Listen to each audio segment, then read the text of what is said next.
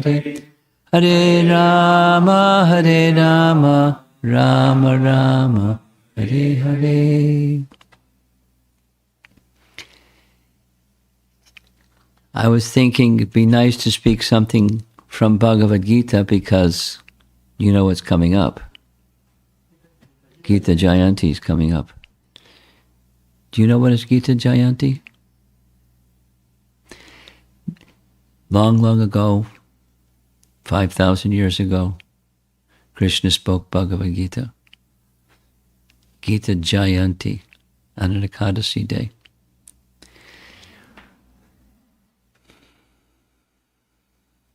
So, because yesterday we also spoke something from this chapter, chapter 13, I thought to speak something a little bit further on chapter 13 of Bhagavad Gita. Because of the audience yesterday, I gave a little... Is there any new, very new people here? Like new? Any new, very new people? You know, okay. Because yesterday there was some new people. I gave a mini overview of the first 12 chapters of Bhagavad Gita leading up to chapter 13. One way of looking at Bhagavad Gita is groups of 6. 6 plus 6 plus 6 equals what? Very good. How many chapters in Bhagavad Gita? 18, right. 6 plus 6 plus 6. So chapter 13 is the beginning of the final 6. The middle 6 are verses that are explaining how to perform bhakti yoga. And the first 6 are the systems of yoga. I mean, this is an oversimplification, but systems of yoga leading up to bhakti. Sankhya Yoga, Buddhi Yoga, Jnana Yoga, Dhyan Yoga, Bhakti Yoga. And then how to perform Bhakti Yoga in the middle 6. And then circling back to a topic that was discussed already in chapter 2, Sankhya. Sankhya literally means to count. And Sankhya philosophy deals with many things, but in speaking in general terms, matter and spirit. Distinguishing matter from spirit. Sankhya is liked very much by people who are analytical. And a function of intelligence is to discriminate this from that. So matter and spirit are definitely different. And to distinguish the two, that's Sankhya. There's many other things in Sankhya, but distinguishing categories of matter, distinguishing categories of spirit, because they're categories of both. And so Sankhya does all those things. And so already in chapter 2, You're Not This Body was presented because fundamentally it's necessary to understand for Arjuna, because the dilemma was Arjuna being by nature and by his skill and so many other aspects or dimensions of him, he was a Kshatriya, he was a warrior, a protector of the citizens, because his elder brother was to be the king and the younger brothers were to assist their elder brother, and one of the duties is to protect. Arjuna was good at protecting. And sometimes he would use his military skills, which he learned, etc., in his earlier training. In fact, at the time that Arjuna was born, there was a horoscope that was made. And one of the things that was said came to be true. He would receive many celestial weapons So he did. He got from Indra, got from Lord Shiva, got from this one, that one. He had, in addition to regular old, weapons, he had celestial weapons. He was powerful. And when seeing the array at the very beginning, chapter 1,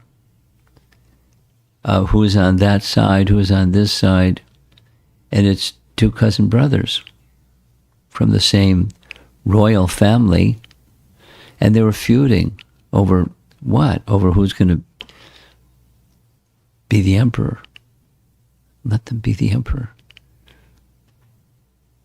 It was, he was in that kind of consciousness. And they were conversation, and finally he submitted to Krishna, I don't know what's best. Please instruct me.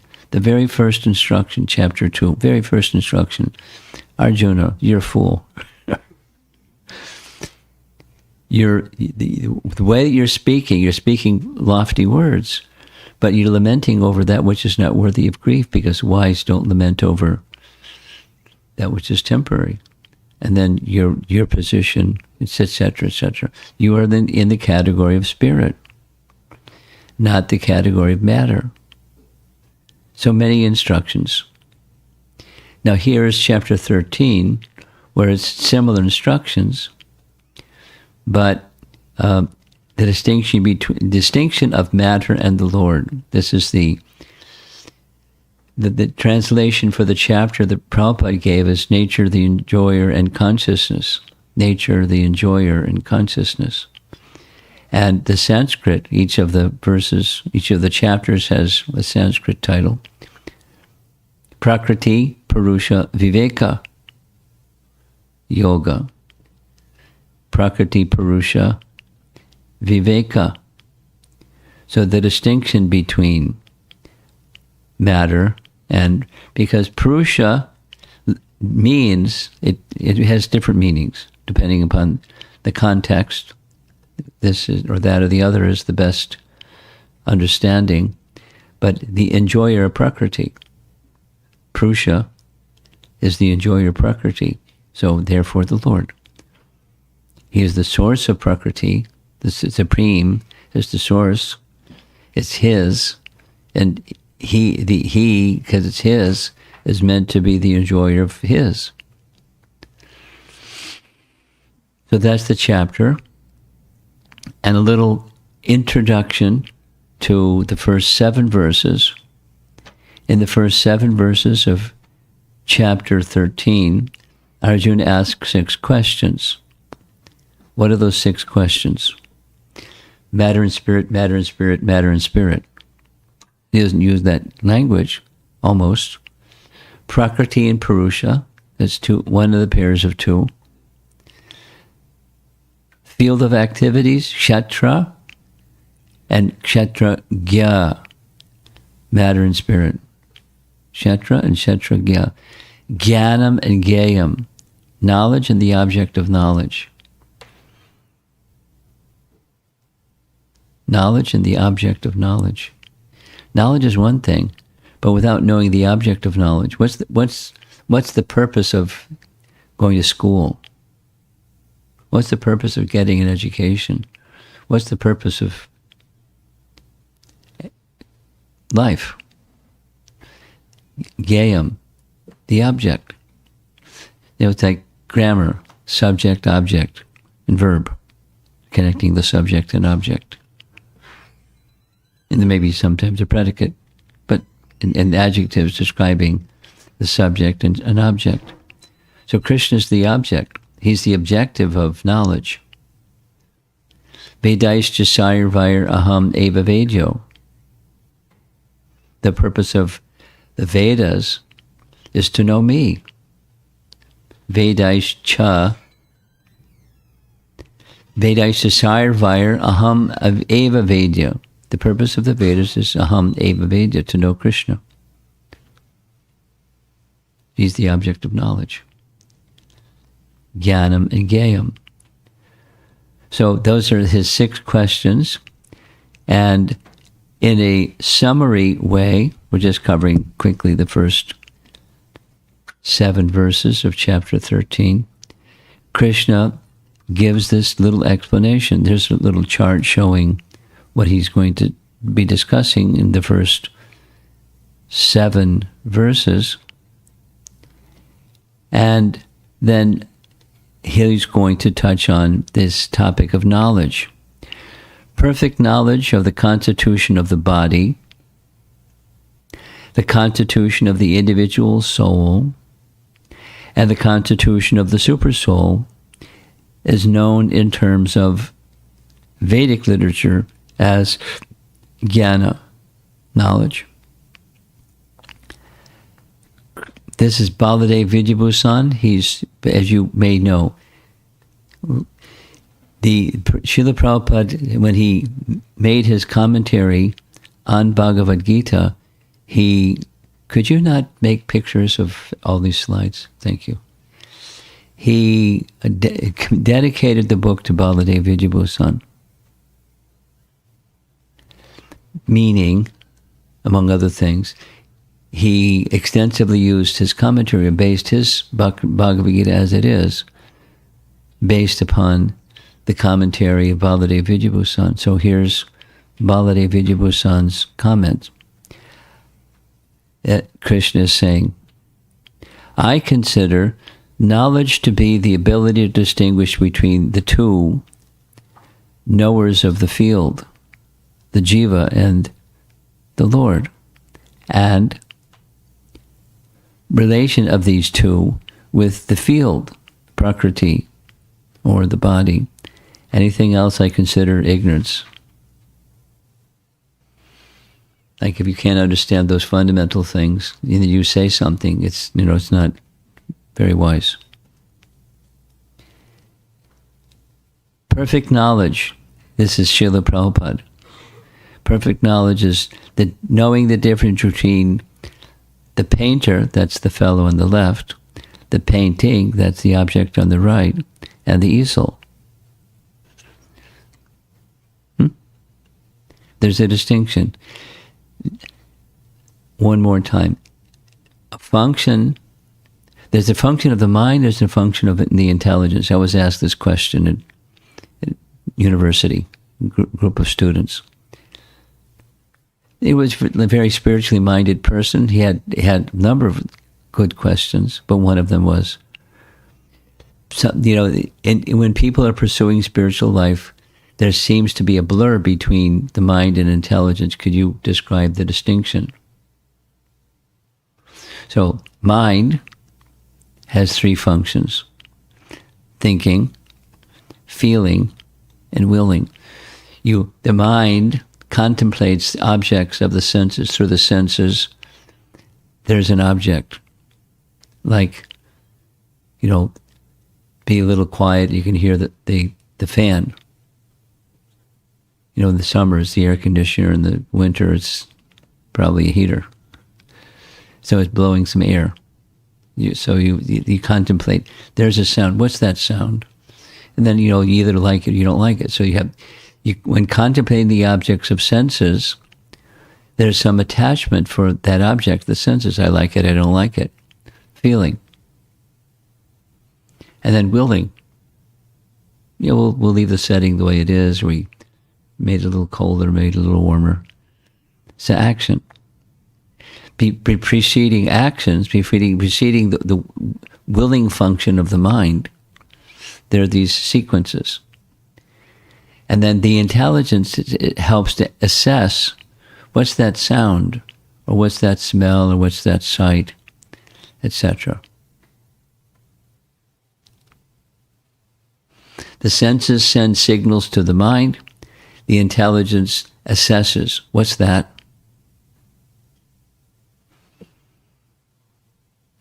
And you can make machines that can replicate, but consciousness is the perceiver, like the painter.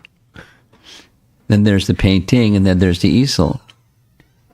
So, perfect knowledge is to make this proper distinction.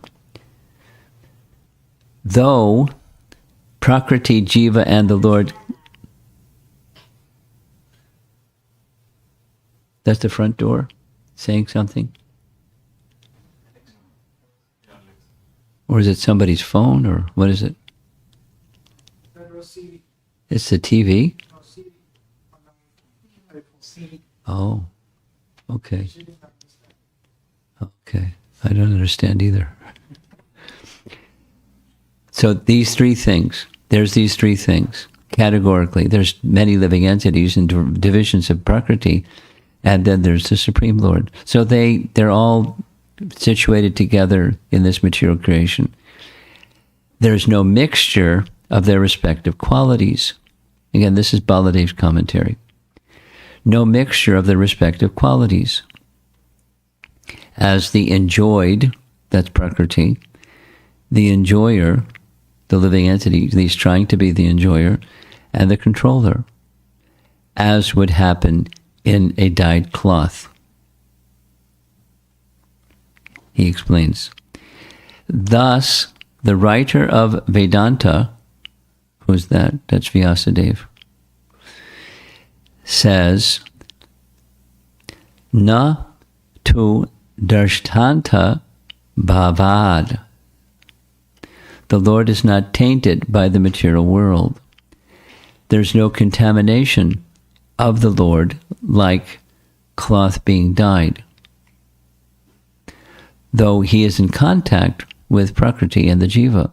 The Jiva, though in contact with Prakriti, never becomes Prakriti, nor does Prakriti become the Jiva. They're mixing together, but they maintain their separate identities. That's the point. And then they do things when they mix together. Every living entity, kshetra, field of activities, is arranged by his karma through the agency of Maya. Krishna, therefore, is not partial because, as the Supersoul, the knower of all kshetras, he simply sanctions the awarding of each living entity's field of activities. Some have I was mentioning this yesterday, but Rati explained to me what's a service dog. You ever heard what a service dog is? I met one on an airplane. I was sitting, in a seat, and the fellow came and sat next to me, and he had this bag that had a handle on it, and it looked just like a bag with a handle on it, but it wasn't just a bag with a handle on it. There was a ventilator at the top of the bag, and inside the bag was a dog. So he set the dog inside the bag, with, zipped up in front of him. And I, didn't know what was going on, but immediately the attendant, what's it called? Flight attendant, thank you. The flight attendant knew what's going on. She said, during takeoff, you have to leave the dog, your service dog, it's a service dog, yes, it's a service dog. You have to leave the service dog in the bag, but then you have to take him out during the flight. She said, okay. So it was a very passive dog, but he was all crunched up in what looked like to me like a little bag. And when he pulled him out of the bag, he was a pretty big guy. It wasn't like, a lap dog, that kind of size. Not all dogs are alike. Some are not so passive and docile, and he barely wagged his tail, what to speak of. He didn't bark, he didn't make any dog noises. And there's different types of dogs. So the idea is there's karma and there's guna, and there's mixing the gunas and karma, and you get varieties. And so it's under the laws of nature, Prakriti, it's under the laws of nature that all this happens. But Krishna sets the rules of the laws of nature, but he doesn't get tainted by manipulating the laws of nature. His potencies, the modes of nature, act on his behalf, etc., etc., etc. So they're interdependent but independent, and there's the supreme independent. That's the idea. By understanding chapter 13 of Bhagavad Gita, a lot of confusion about what's what can be cleared, because at least in principle, how something works, not necessarily why it works, but how it works. The push and the pull, the cause and the effect. Sadasad yoni janmasu, as we heard yesterday evening. So now comes the part that I wanted to focus on. This is the second section. Aside from the first 7 verses, there's 8 through 12. And this is the process of knowledge. And here's the verses. Amanit vam, adambit vam. Of course, this is color-coded, which means that we're going to spend some special attention on those ones that are indicated by color. These are items of knowledge, or the process of knowledge. And then there's the object of knowledge, jnanam and gayam. So we're going to spend time with the first 2, amanitvam, adambitvam, ahimsa, kshantir arjavam, acharya upasanam shocham, staryam atma vinigraham. I'm not going to go through all this. But you see what's in the bright yellows, letters at the bottom. Mayi chananya yogena bhaktir avyabhicharini. Here's the description of this process of knowledge. In the process of knowledge, we're going to focus on these first 2 and 2 more. Ahimsa, nonviolence. Shanti, tolerance. Those who have the capacity for knowledge have these qualities. Arjavam, simplicity. Acharya upasana, approaching a bona fide spiritual master. Shaucham, cleanliness. Stairyam, steadfastness. Atma, vinigraha. Atma, vinigraha, self-control. It's a long list. I'm not going to go through them all because it will take too long to go through them all. There's a list, as you see, of 20 items. And of those 20 items, which are the most important? Yeah. Okay. Well, we'll start with what Prabhupada writes in his purport to this verse, because it's a series of verses translated as one verse. So 8 through 12. The most important one, the process of knowledge, terminates in unalloyed devotional service to the Lord. Mayi means unto Krishna. Cha, ananya yogena. Ananya yogena. There's no other linking process than bhakti. Bhakti avyabhicharini.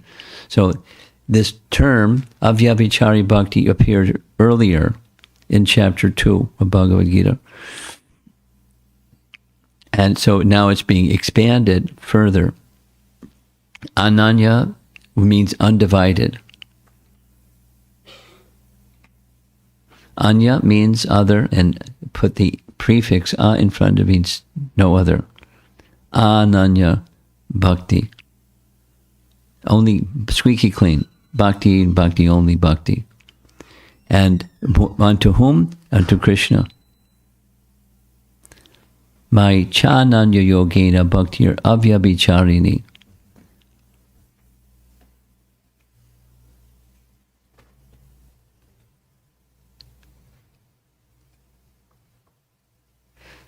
Bhagavad Gita. Do you know Bhagavad Gita a little bit? Do you like it? Me too. So we're speaking about chapter 13 of Bhagavad Gita, and we're going to be discussing 3 of the most important characteristics of the process of knowledge. In the world, knowledge is revered. In the world, at least in this country, it's mandatory. If you don't go to school, you got a problem. They'll come after you. You got to go to school. I don't like it. You got to go to school. So some people like it, some people don't like it, but it's mandatory because it's revered. It'll prepare you for doing stuff later in life by having proper knowledge. What to speak of what the ultimate purpose of knowledge is and the ultimate purpose of life is. That's pretty important too. So, Maichananya Yogena Bhaktir Avyabhicharini. The process of knowledge terminates in unalloyed devotional service to the Lord, or it's the culmination. So, if one does not approach or is not able to approach the transcendental service of the Lord, then the other 19 items are of no particular value. What you notice what's on the left, that's a chandelier. You know what a chandelier is? Tell me what a chandelier is. Yeah. Okay. Very good. And the characteristics of a chandelier, like the really good ones are like expensive. What's hanging is there's light, and then the light gets diffused by crystal. So it's a soft light. Bright, but soft, bright, because it's passing through the crystal. But the whole apparatus of a chandelier only works if you hang it from something, because if you have it lying on the ground, even the light's on, it doesn't doing what a chandelier is supposed to do. You have to have it hanging from something, and when it's hanging from something, then you turn the light switch on, the light goes, and this diffused light, and it's charming and attractive. It's an opulence. Similarly, knowledge has this particular support place that all the apparatus of a chandelier is supported from. The one thing. That one thing, according to Bhagavad Gita, is this what's on the screen here. Maichananya Yogena Bhaktir Avyabhicharini, without which the other 19 items have no particular value. Chandelier lying on the floor. Suspend it, then turn the light on. Very nice. It's a metaphor to understand how important this particular item is. Or this little saying, put God in the center and everything will come together. So that bhakti, the word bhakti, has its application with the source of everything. Bhakti, I'm not a Sanskrit scholar, but I've learned these few things. In Sanskrit, all the composition is based upon certain dhatus or roots. Want to learn about Sanskrit a little bit? Yes? No? You don't want to? Well, you don't? Okay. Thank you. There's a principle called dhatu. Dhatu is like a root. You ever done any gardening? Gardening. Supposing you're making a garden, and you want some nice plants and some flowers and some nice things to grow. But what happens when you water the soil is not just those things grow, but some other things grow, the weeds. And it doesn't work if you just clip the weeds, because they have a root.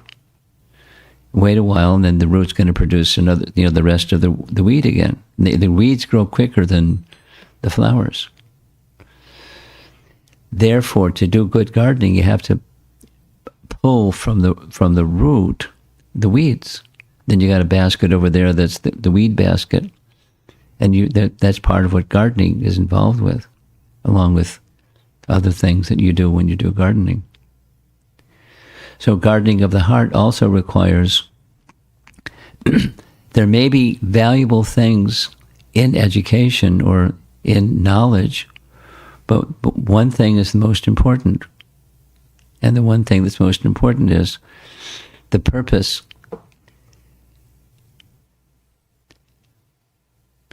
What's the purpose?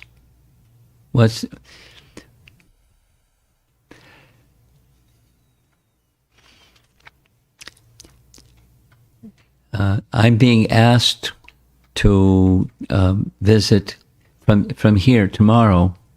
I'm going to upstate New York. It's nice and warm in upstate New York, I'll tell you. And one of the places I'm going to go on Thursday is Cornell University. It's a nice place. I've been to that place before.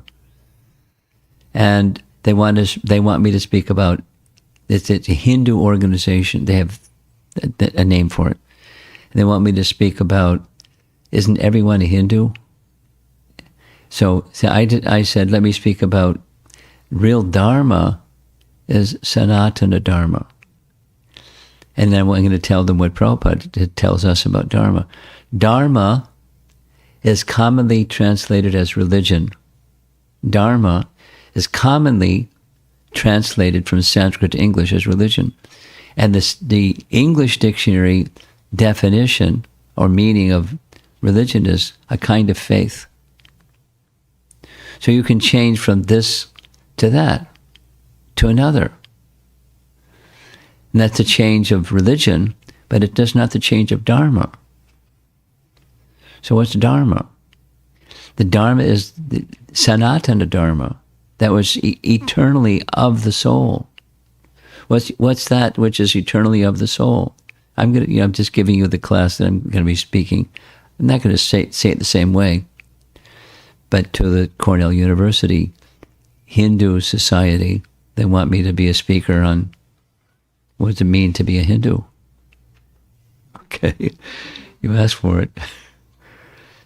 Sanatana Dharma. They've heard that phrase before, but their books, I'm going to bring to their attention a 488-page book on Hinduism and the Dharma of Hinduism. But that's not what Hindu. There's no such word.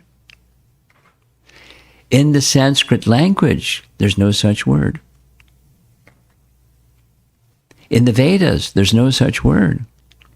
Where does it come from? What is Hindu Dharma? Even the word Hindu isn't such a word. You know the answer? Here's Prabhupada's answer. When the warriors were invading from the north, there's a river Sindhu, and in their language they don't pronounce S, they pronounce S as H. It's the other people, the other side of the Sindhu River, those people, the Hindus, those guys. There's people on the other side of the Sindhu River. But really it means to follow the Vedas. Sanatana Dharma. So what's the constitution? This is on the topic of chapter 13 Bhagavad Gita. What's the constitution of the soul? The soul is part and parcel of the Supreme. The constitution of the part is to serve the whole. Very simple. It's really simple. An example Prabhupada would give all the time. Here's my finger.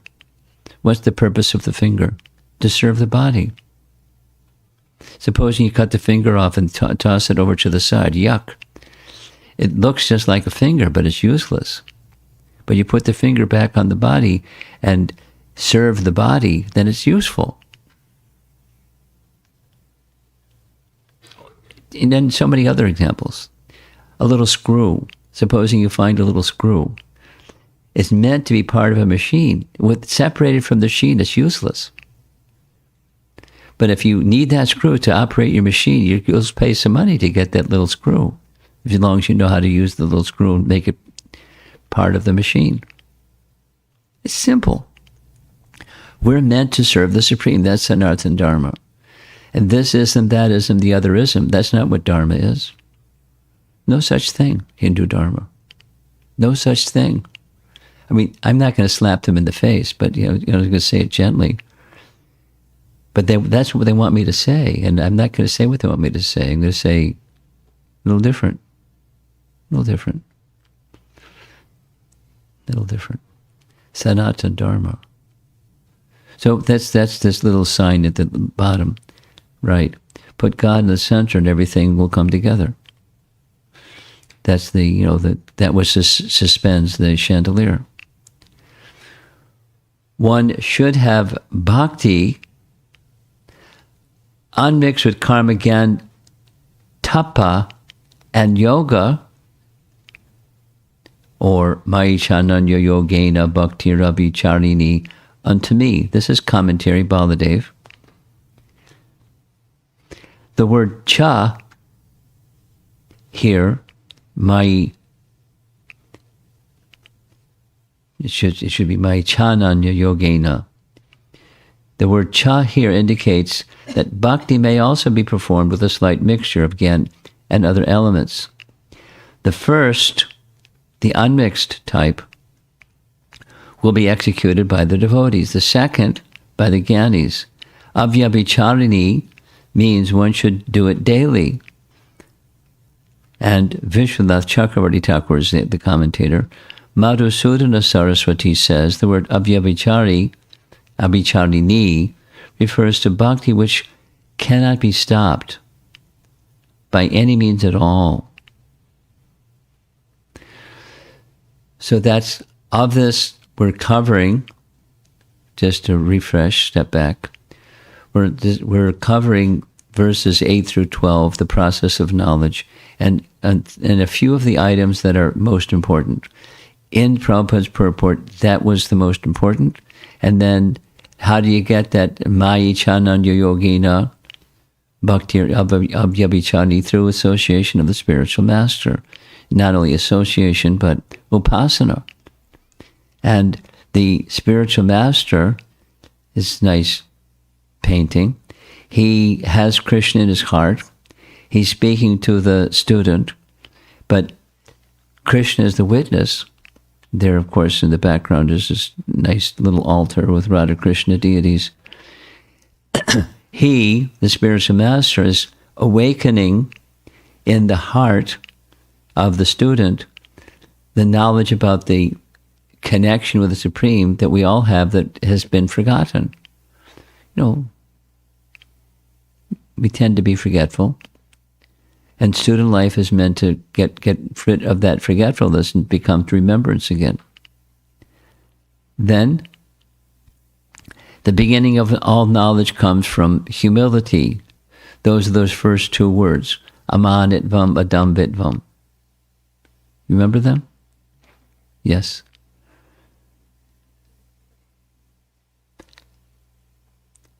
Rupa Goswami. Many of you know who is Rupa Goswami because you've been around for a while. Rupa Goswami has, one of his books is called Padyavali. Padyavali is a collection of sayings or statements, little short statements. Sometimes he's the author, sometimes somebody else is the author, sometimes an unknown author. His little collection of his favorite sayings, and it's organized by topic. This topic, that topic, up that topic. Padyavali by Rupa Goswami. So he describes humility in this Padyavali, number 66. O Lord, no one is more merciful than you, and no one is more pathetic than I. I am very lowly and fallen. O Lord, Yadunath, please reflect on my case and do whatever you feel is appropriate. He doesn't put a wish list and say, please fix my problems, or please let me pass my exam. I have there's finals coming up in December, right? Yes? Some exams. Oh, Krishna, please help me do well in my exam. He's not doing like that. It's okay, you pray to Krishna, you do well in your exam. But there's a higher principle than do well in your exam. what's about the exam of life?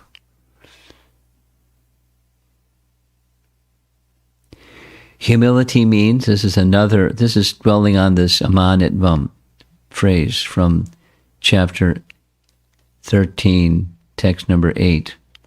Humility means that one should not be anxious to have the satisfaction of being honored by others. That's the amanitvam. Adambitvam, humility, and pridelessness. Humility and pridelessness. There's a nice saying, it's a whole book, C.S. Lewis. Humility is not thinking less of yourself, but not thinking like low self-esteem, that's the phrase these days, but thinking about yourself less. Or here's Mother Teresa, she's a celebrity. If you are humble, nothing will touch you, neither praise nor disgrace, because you know what you are. Because, in other words, to know what you are, there's a doorway, and that's humility. If you don't have humility, you're not going to know who you are. You'll have another idea, for sure. And we all have some conception of life and conception of self. But with humility, then it's possible. Really? Your watch? Your watch tells you what your phone's doing. Okay. I'm curious. Amanitvam, adambitvam. Supposing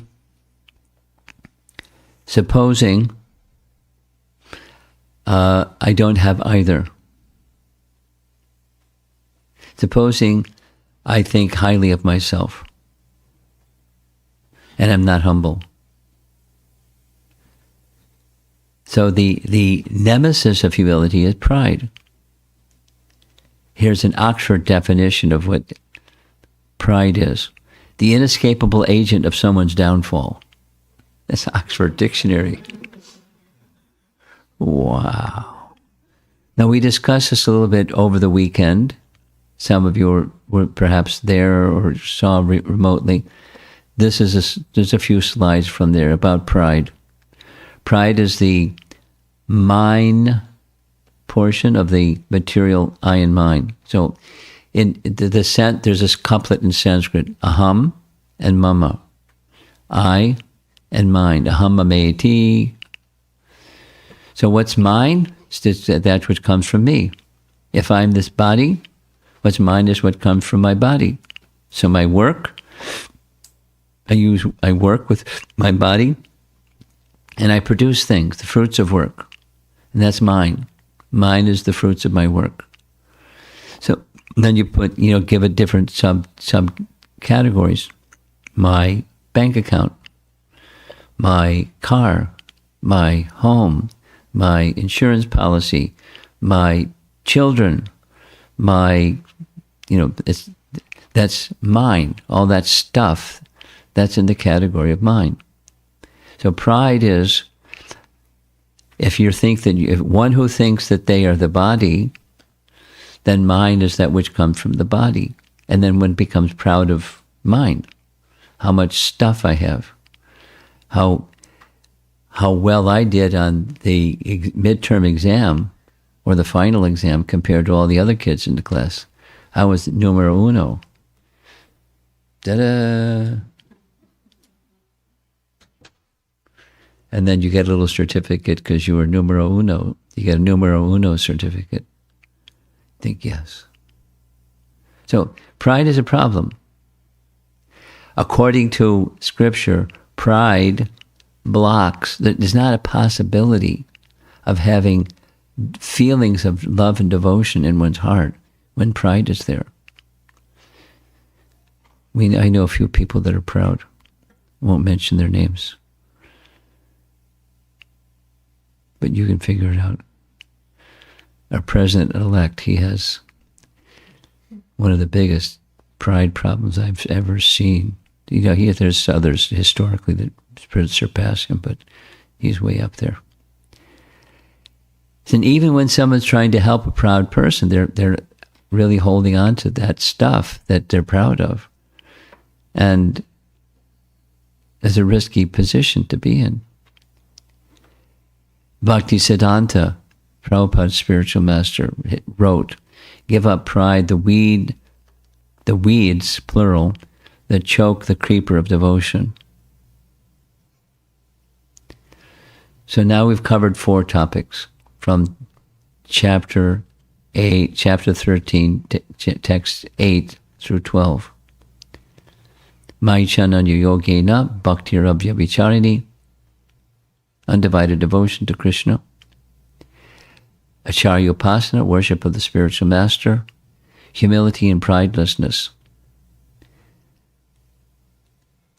Here's Vishwanath Chakravarti Thakur's commentary. We're almost done. Constant unalloyed devotion to me is the sole quality specifically for the devotee. All other qualities come to a devotee who exclusively endeavors for constant unalloyed devotion. It's true. That's the chandelier example.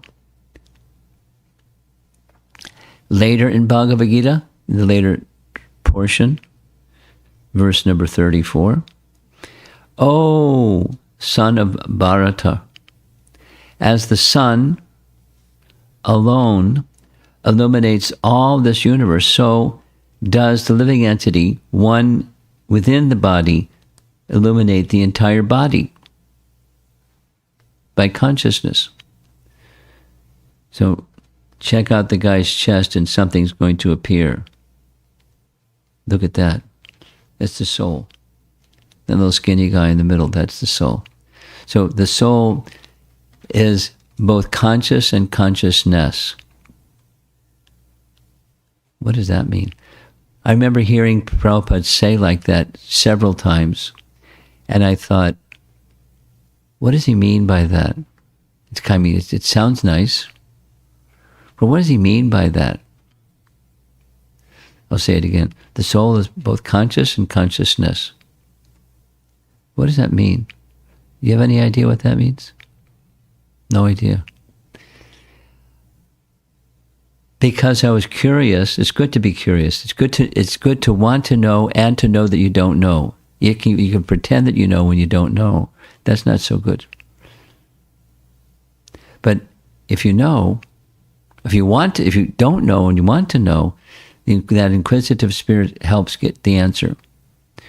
So something happened. Time passed, and I read something from the Upanishads. It was just, I don't read the Upanishads like fun or something. It was reference. And the reference said, just like a lamp lights up objects in the room like pots and plates, because a lamp sends light, and in darkness you can't see the pots and plates. But when the light goes out into the room, then you can see the pots and plates. So also the living entity is conscious and consciousness. So then I could understand. It's this verse. The soul is within, and it's conscious. There's light, and the light illuminates. It spreads consciousness through the body, and not only through the body, but extends outside the body. Like, I can see objects on the other side of the room, and I can hear the fan, and, et cetera, et cetera. The sense organs reach out beyond the body through the medium of consciousness. Take away consciousness, and the sense organs aren't going to do that. It's consciousness. Conscious of who I am, conscious of the body, senses and sense perceptions, and, it spreads. The soul is both conscious and consciousness. Next verse. Those who see with the eyes of knowledge the difference between the body and the knower of the body, and can also understand the process of liberation from the bondage of material nature, attain the supreme goal. So that's a nice painting. As you see in the painting, there's a person who's doing some worship, looks like, worshiping a deity of Krishna. And above, or somebody maybe who's not worshiping a deity of Krishna, just doing something material, there's three modes of nature operating their activities. And then above them all is the Supreme Lord Krishna. So Krishna is speaking about what's the goal of knowledge. And here's the last slide and we're done. You ready? Last slide. Yay. Hitopadesh. Who can tell me what Hitopadesh is? Hitopadesh. Huh? Good instruction. Good instructions. Find the combination of these four, it's rare. Charity combined with sweet words. Knowledge without pride. Valor with forbearance. Wealth with charitable disposition. And all four of these, they're either beneficial, each one is beneficial, and the combination of these is constitutes good character.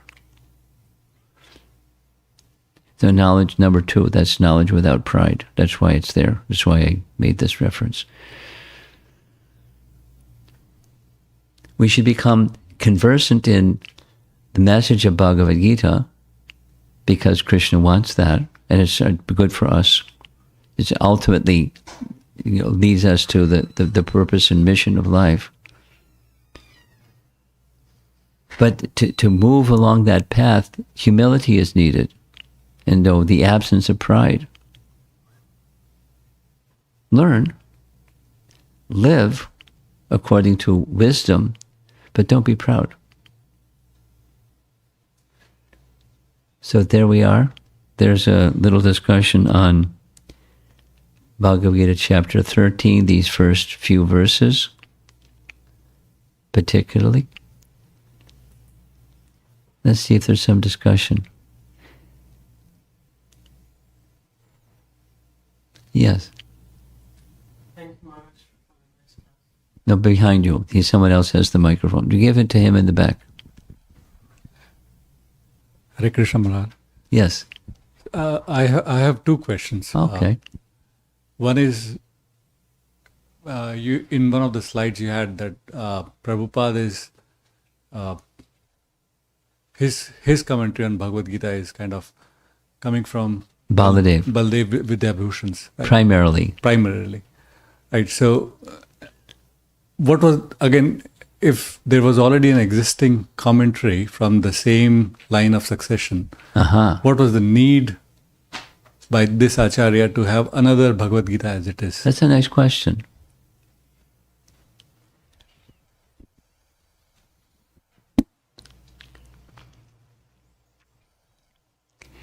There's several answers.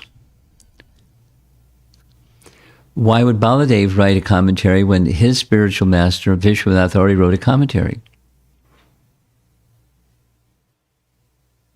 Why would Vishwanath write a commentary if there was already commentaries by previous acharyas? Why new commentaries? Several reasons. One of the reasons is time and circumstance.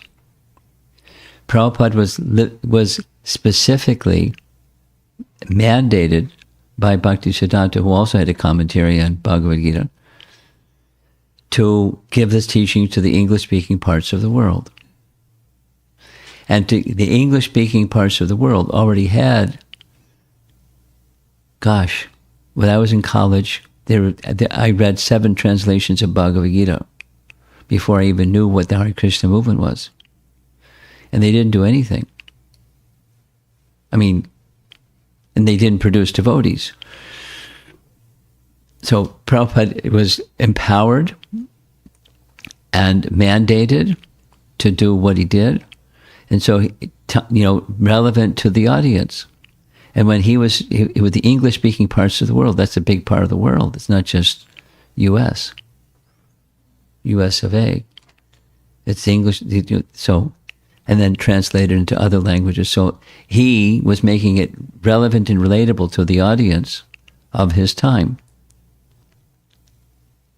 emphasizing in ways that's relevant and relatable to the audience of his time, using language that's meaningful and etc.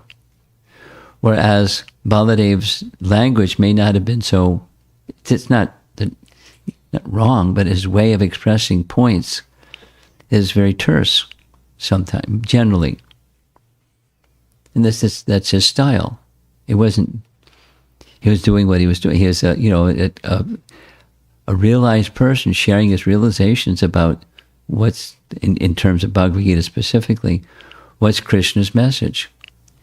But without the background that Prabhupada gave, that the terse statements of Baladev, is just going to, academic people, yes. People in general, not going to grab them in the same way. So it's time, place, circumstance, knowing the audience and then addressing the audience specifically under the order of his spiritual master to do so. He didn't order him to write a Bhagavad Gita commentary, but he did. And that's why.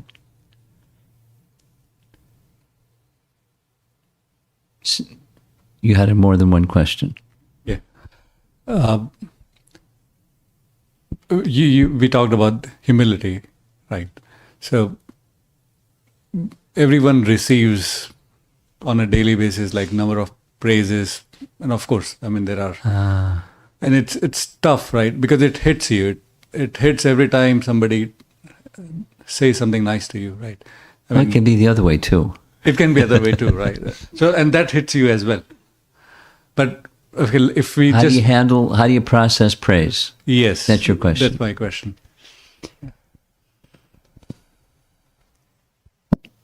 Give credit where credit is due. The credit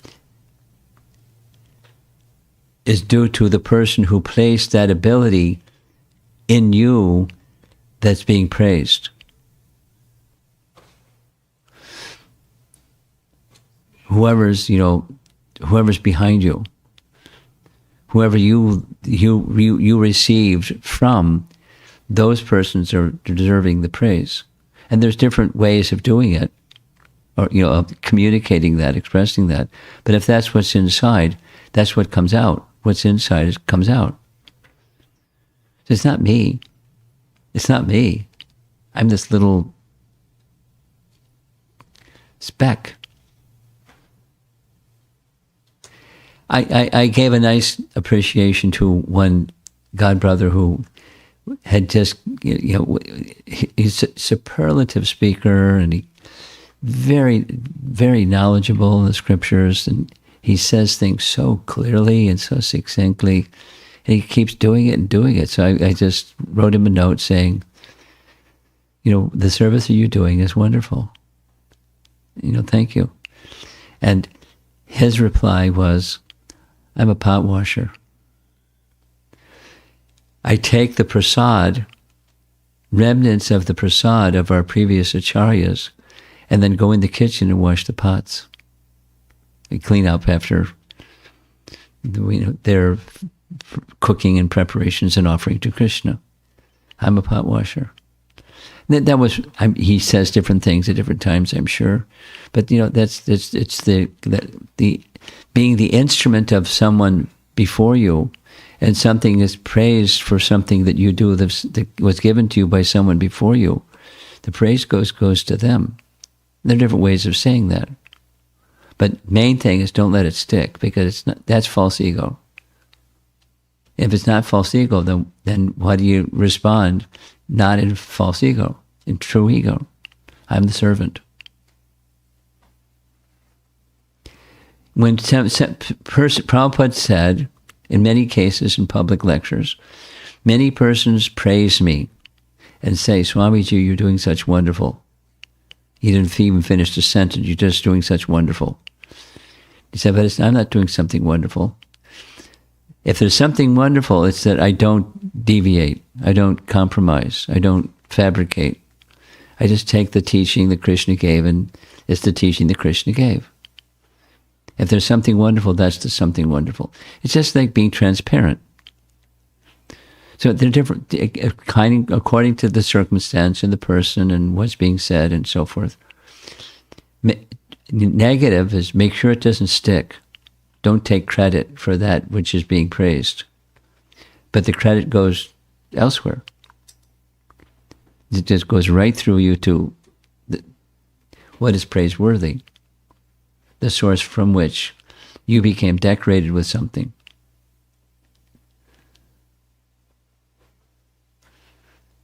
Whatever that something is.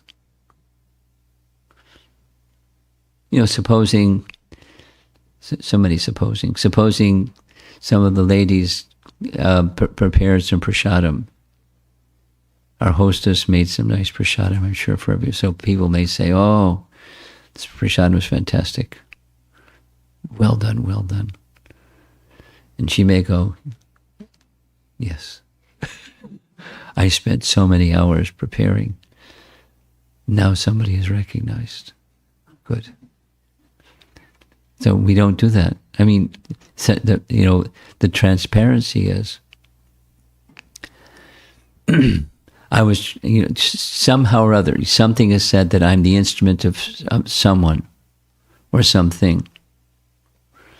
If you really want to know what good cooking is, you should taste so-and-so's good cooking. This happens in Brihat Bhagavatamrita. You know what that book is? There's the part one.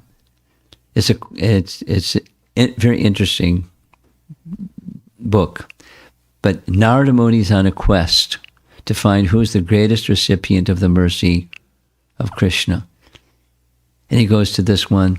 Oh, you're the greatest recipient of Krishna's mercy, this, that, and the other thing. And the person goes, oh no, I'm disqualified this way, that way. But if you want to hear somebody really qualified, you go to somebody that's really qualified. So it's not just the denial of the praise, but here's my shortcomings.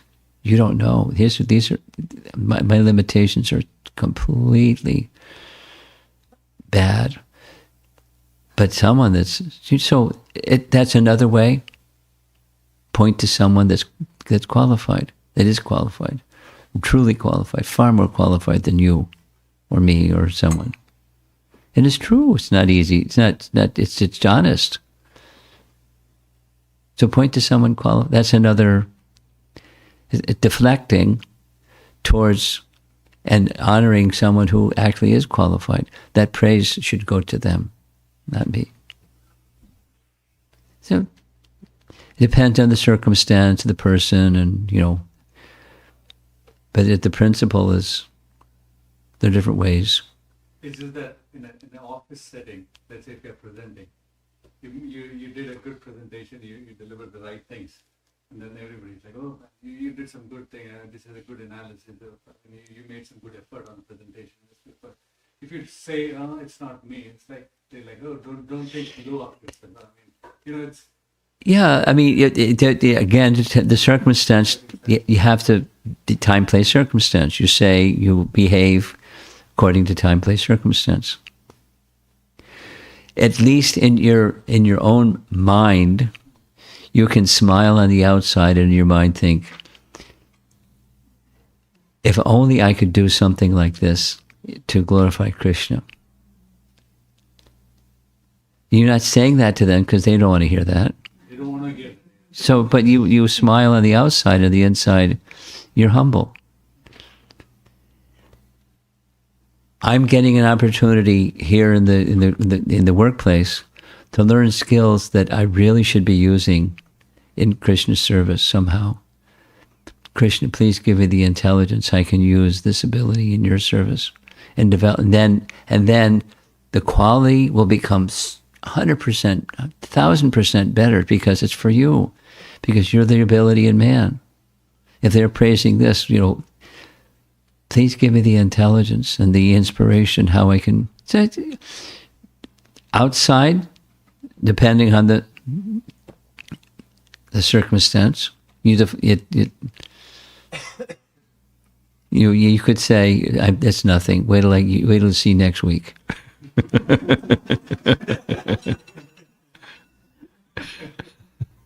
And then laugh.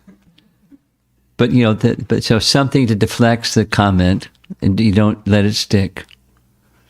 And you think of how your position is a very tiny little servant of Krishna, and what am I doing for serving Krishna, anyways, compared to people who are really serving Krishna in a quality way? Workplace, smirk place. You get the idea. Go ahead.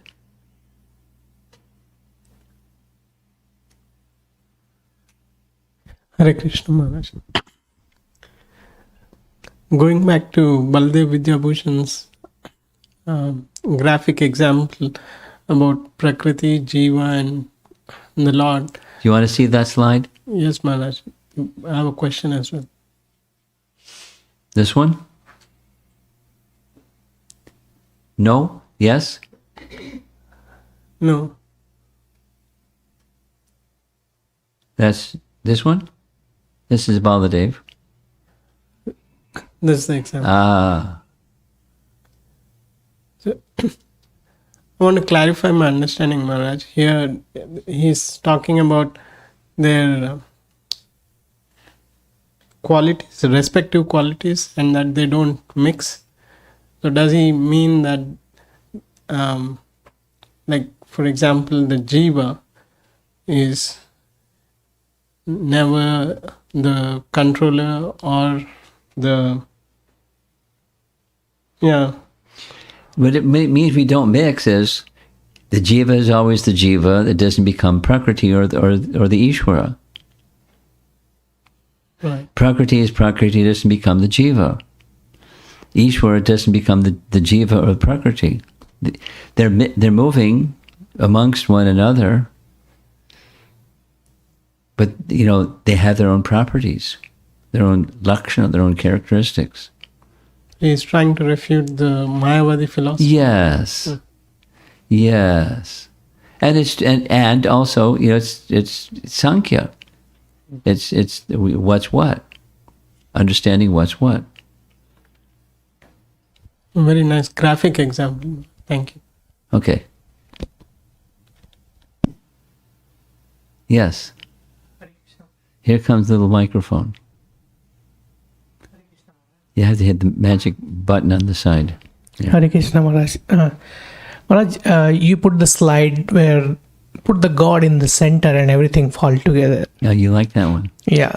And then we also talked about the Sanatana Dharma. So when you put the God in the center, for me, the Supreme Personality of Godhead is Krishna. Yes. So I put in center, but in the same class, if the different students having the different faith, maybe the Muhammad or the Christ, they will have the God. Okay.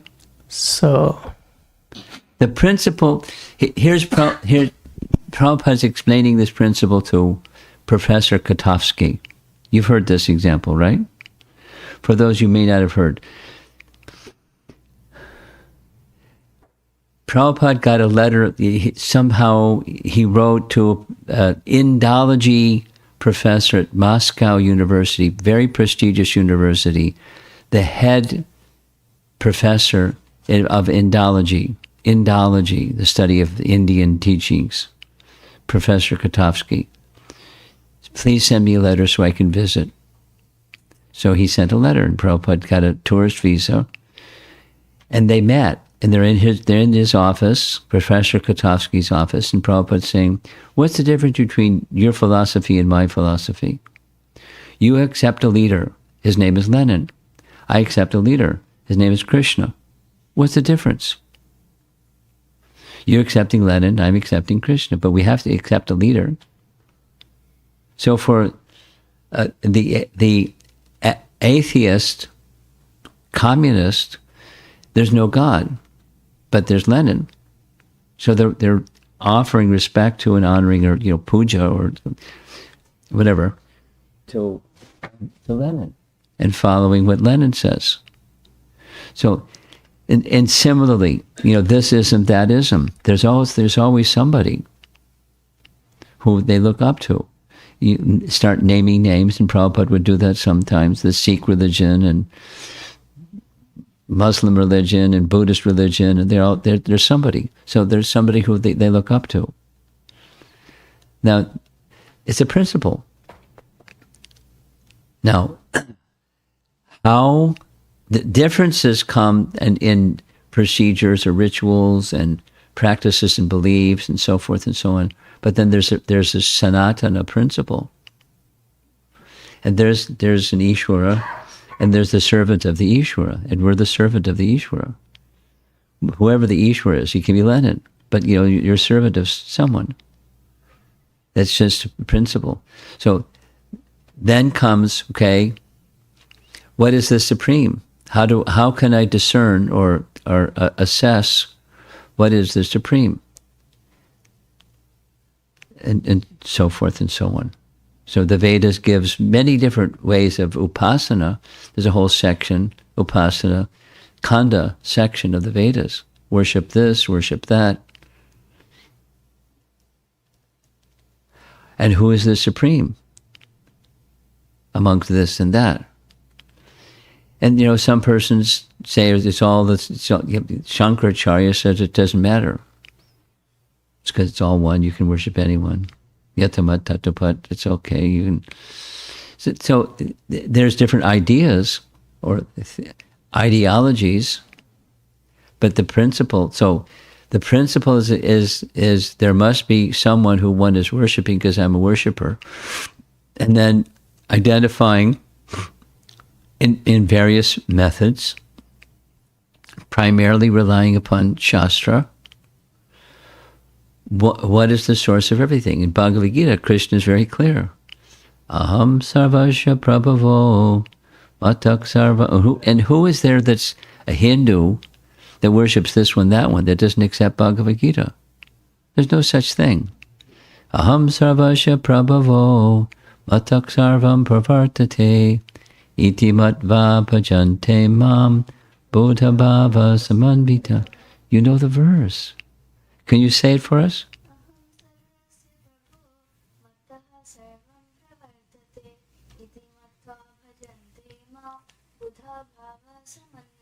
Very good. There's another one where Krishna says almost the same thing. Vatak paratram nanyad. Do you know that one? Kinchit asti nananjaya. Mayi savam nidam protam sutre manigana iva. So all things are resting upon me like pearls are strung on a thread. There's no truth superior to me. Matak parataram nanya na anya. There's no truth superior to me. He is the absolute truth. In Vedic language, the absolute truth means that from which everything comes. That's by definition. And Krishna is the absolute truth. There isn't anything that doesn't come from him. There isn't something that exists that has not come from him. He's the absolute truth. There's no truth superior to me. So how can you be a Hindu and not and accept Bhagavad Gita but not accept what Krishna says? Or any other ism.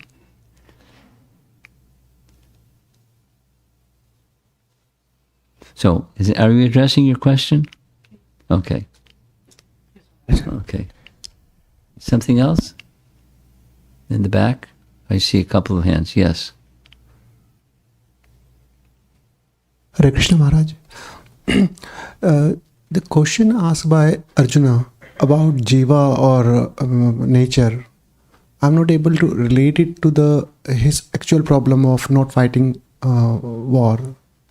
So how it's related to his problem? Which one?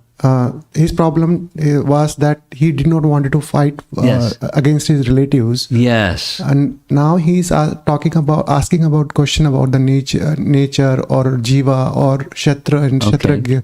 So Good. how it's related to that problem, actual problem? He's asking a Sankhya question. He's not asking a practical application question. Because Sankhya is behind the practical. There's philosophical, there's the concept that's behind the action. And so he's asking, he already has his instruction from Krishna. He's not hesitating anymore.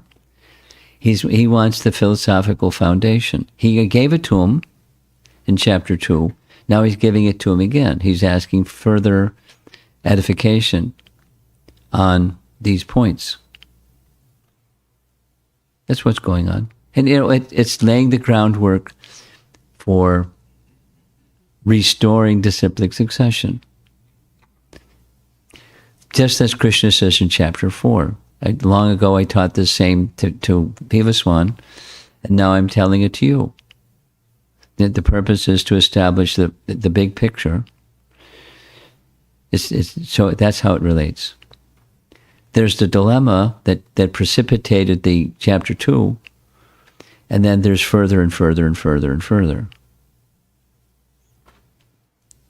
Because they say Sankhya is a foundation.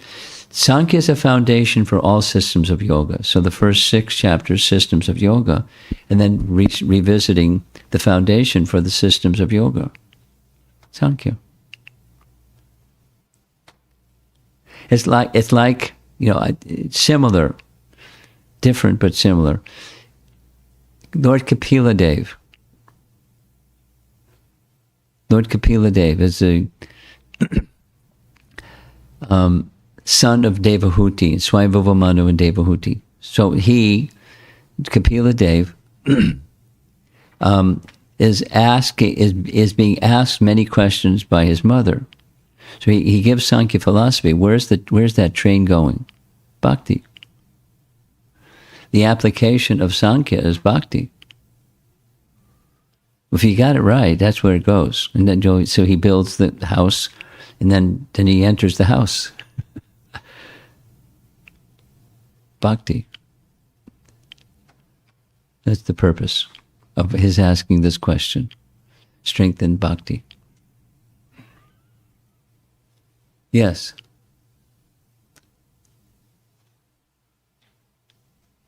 Hare Krishna Prabhu, thank you for that nice lecture. I know we covered how to handle praise, but I also wanted to ask is how do you handle negative feedback or criticism, right? How do you handle that?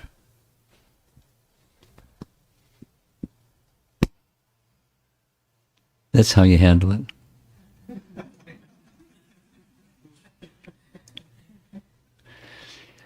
We're in a world of duality. And sometimes.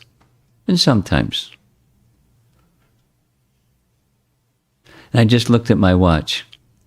And I'm going to have to... I have an early flight tomorrow morning, heading for upstate New York, Syracuse University, and Cornell University, and some other nice things.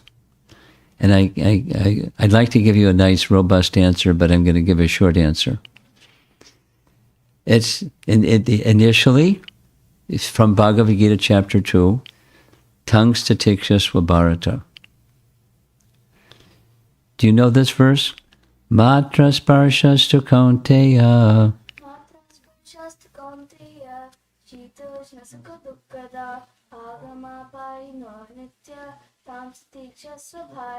Now comes the next question. What does it mean? I don't know. Shouldn't have asked you that one. Matra means sense perception. Matra means sense perception. So we perceive through our senses duality. Sometimes winter and summer season. Sometimes honor and dishonor. sometimes pleasure and pain, sometimes hot and cold, sometimes day, sometimes night, sometimes. It's the nature of the place. It's a place of duality. And when there's sometimes, tongues tatiksha, sva, bharata, tatiksha, you tolerate. And then, that depends on consciousness. You don't just grit your teeth and bear it because it's cold or too hot or something. The duality thing is overwhelming me. You go to a place of higher consciousness. When you're in the place of higher consciousness, it's water off a duck's back. It's the same thing. It doesn't stick. Sometimes when people say something demeaning, sometimes it's just perception. Another person will come along and praise. Or sometimes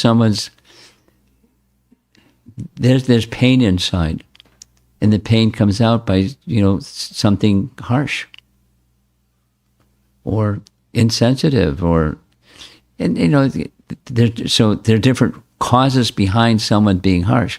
They're the poorest living entity. They're in this mode of nature that's dark. What can I do? You ask yourself, what can I do? Aside from being forgiving and tolerating, what's positive? What service can I do to help this person go to a place of higher consciousness than this other consciousness?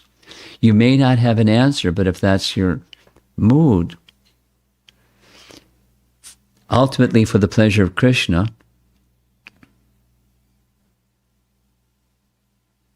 then you go there. You go to the service of Krishna consciousness and service of living entities so that they can become closer to Krishna instead of in this dark place where they say and do, harsh things. Sometimes, there's other options. You just keep distance from people like that. Don't hang out with them, depends. So everything depends on circumstance, time, place, circumstance. But the principle is you don't let it stick. And, you can introspect and say, I'm sure there's room for me to improve. The way the person said what they said, I don't think they got it completely right. But certainly there's room for, then you introspect, and what are some ways that I could be better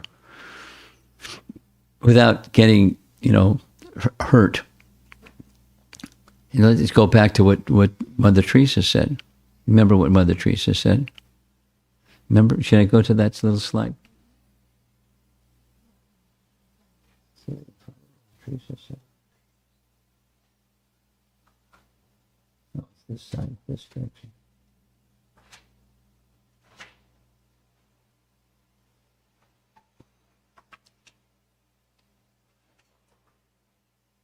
There we go.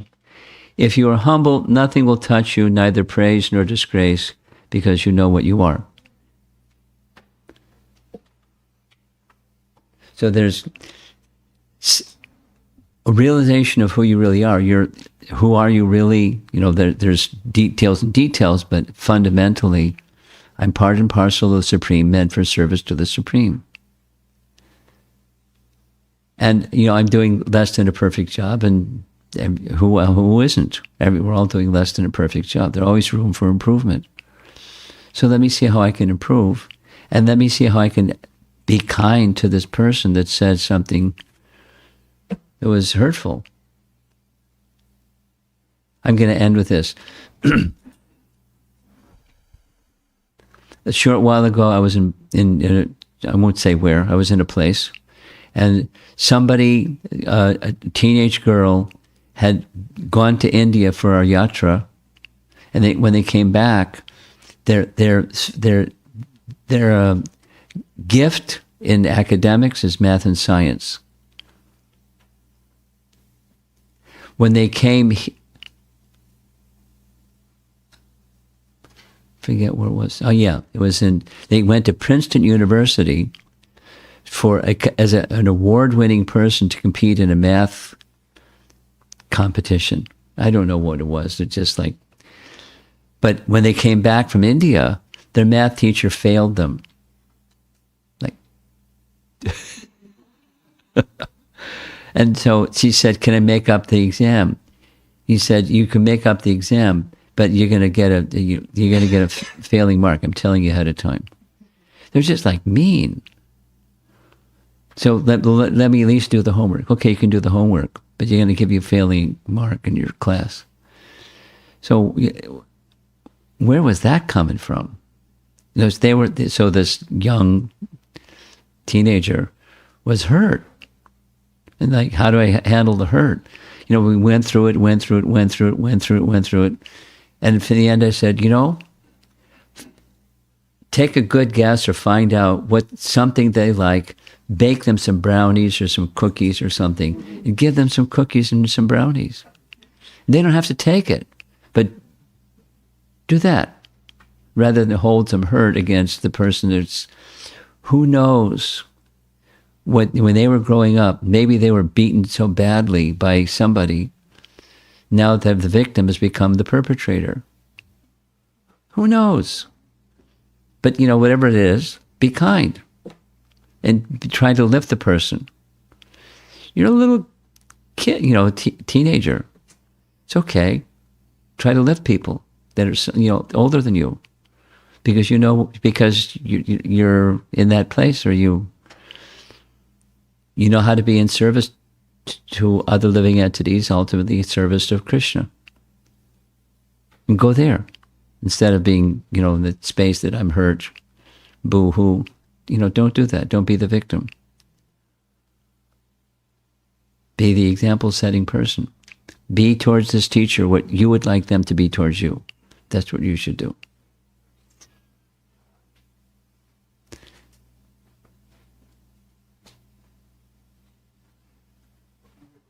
Yeah. It's easier said than done, but it's a principle of living, because we're in a place of duality. I mean, sometimes and sometimes. What do you do when it's winter? Yeah, you put a jacket on.